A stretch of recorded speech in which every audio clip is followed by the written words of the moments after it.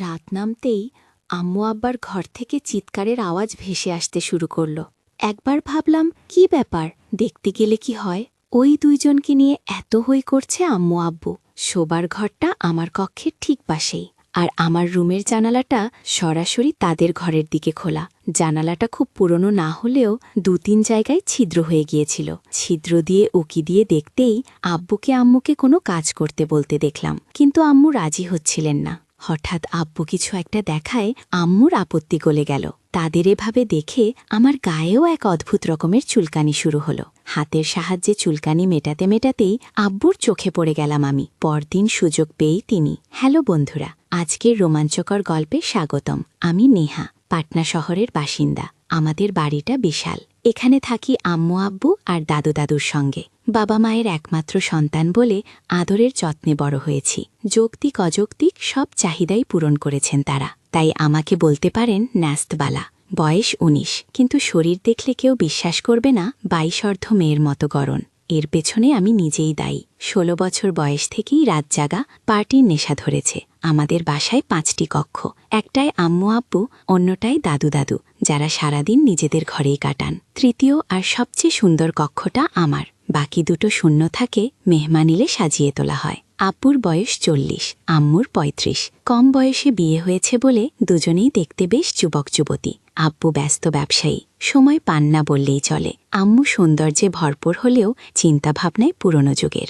সারাদিন সংসার আর শ্বশুর শাশুড়ি সেবায় কেটে যায়। একটা বিষয় পরিষ্কার, আম্মু আব্বুর জন্য সময় বের করতে পারেন না। তার অসম্পূর্ণ ইচ্ছেগুলোই তাদের মধ্যে কলহের কারণ। সেদিন রাতের কথা, খাওয়া সেরে সবাই ঘুমাতে গিয়েছি। হঠাৎ আম্মু আব্বুর ঘর থেকে ঝগড়া শব্দ। আমার কক্ষের পাশেই তাদের রুম, তাই প্রতিটি শব্দ স্পষ্ট শুনতে পাচ্ছিলাম। ঝগড়া যেন তীব্র হতে লাগল। প্রথমবার নাই করলেও তবু জানতে ইচ্ছে করল বিষয়টা কি। প্রথমে ভাবলাম সরাসরি জিজ্ঞেস করি, কিন্তু লজ্জা পাবেন ভেবে থেমে গেলাম। কৌতূহল চেপে রাখতে না পেরে উঠে বসলাম। আমার ঘরের জানালার ছিদ্র দিয়ে উকি মারলাম। প্রথমে কিছু বোঝা গেল না। লাইট বন্ধ করে চোখ ঠেকাতেই অদ্ভুত এক দৃশ্য।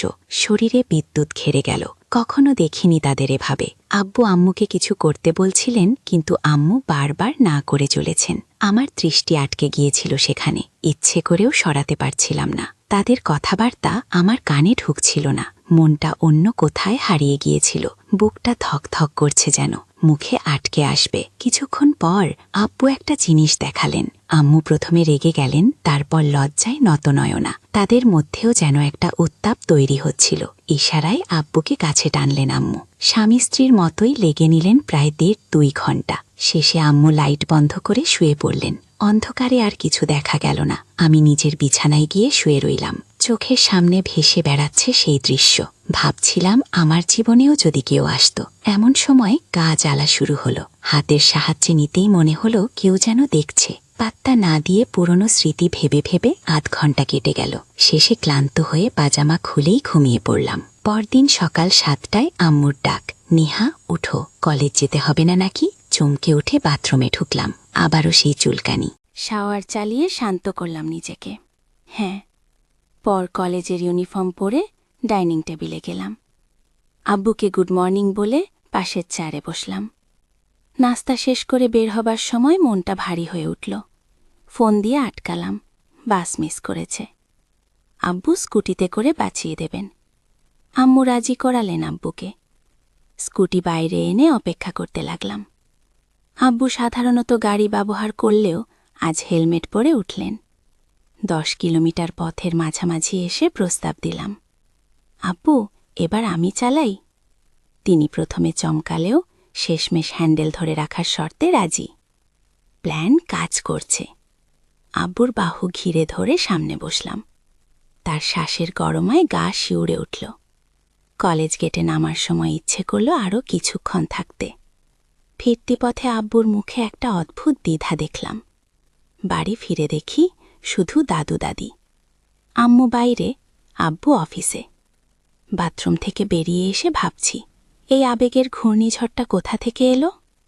তাই চুপচাপ বিছানায় শুয়ে পড়লাম। কখন ঘুম এসে গেল টেরই পাইলাম না। চোখ মেলতেই দেখি সন্ধ্যা ৫টা। গোসল সেরে অন্যরকম পোশাক পরলাম।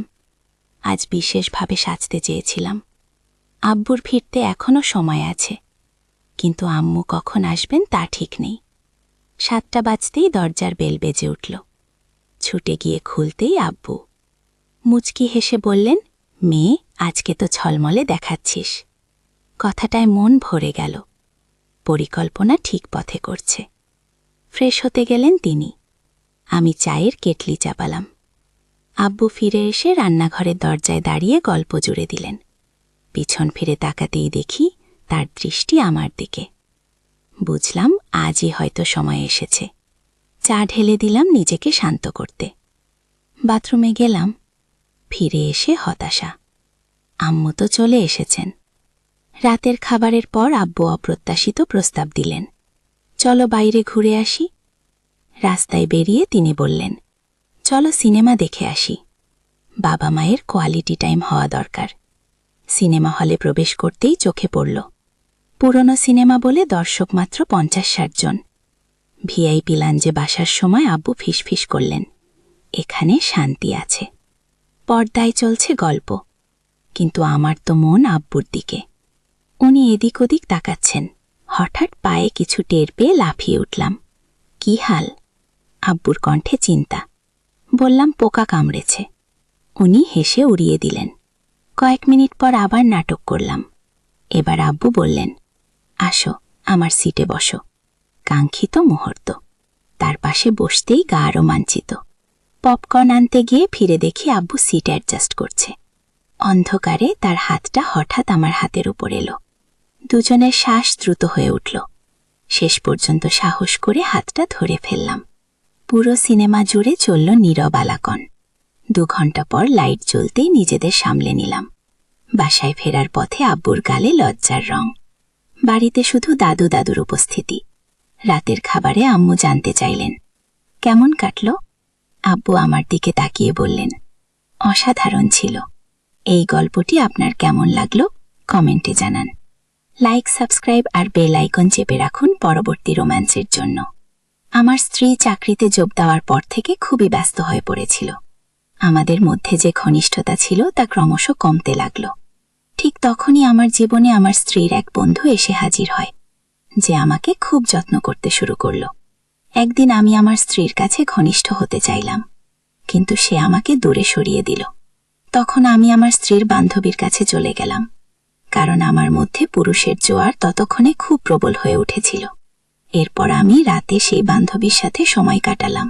হ্যালো বন্ধুরা, আজকের গল্পে আপনাদের স্বাগত জানাই। এই গল্পে আমি এক পুরুষ চরিত্রের ভূমিকায় আছি।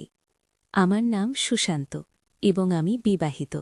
আমার স্ত্রী কিছুদিন হল চাকরিতে যোগ দিয়েছে, আর এরপর থেকেই তার আচরণ সম্পূর্ণ বদলে গেছে।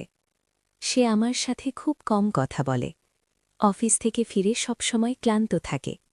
সে এতটাই ব্যস্ত হয়ে পড়েছিল যে আমার প্রতি তার দায়িত্বটুকু ভুলে যেতে শুরু করেছে। ধীরে ধীরে আমার মন খারাপ হতে শুরু করে। তখনই আমার স্ত্রীর বন্ধু আমাদের জীবনে আসে। একদিন সে আমাদের বাড়ি আসে এবং প্রথম থেকেই তাকে দেখে আমি মুগ্ধ হয়ে যাই। তারপর থেকে কখনো কখনো সে কাজের জন্য আমাদের বাড়িতে আসে। মাসটা দেখতে দেখতে কেটে গেল। সেই দিন আমার স্ত্রী তার চাকরির 1 মাস পূর্ণ করল এবং বন্ধুবান্ধবদের নিয়ে একটি পার্টি দিল। সে আমাকে কিছুই জানায়নি, বরং তার বন্ধুর মুখেই আমি এই খবর পাই। আমি অবাক হয়ে পার্টিতে উপস্থিত হই। সেখানে আমাকে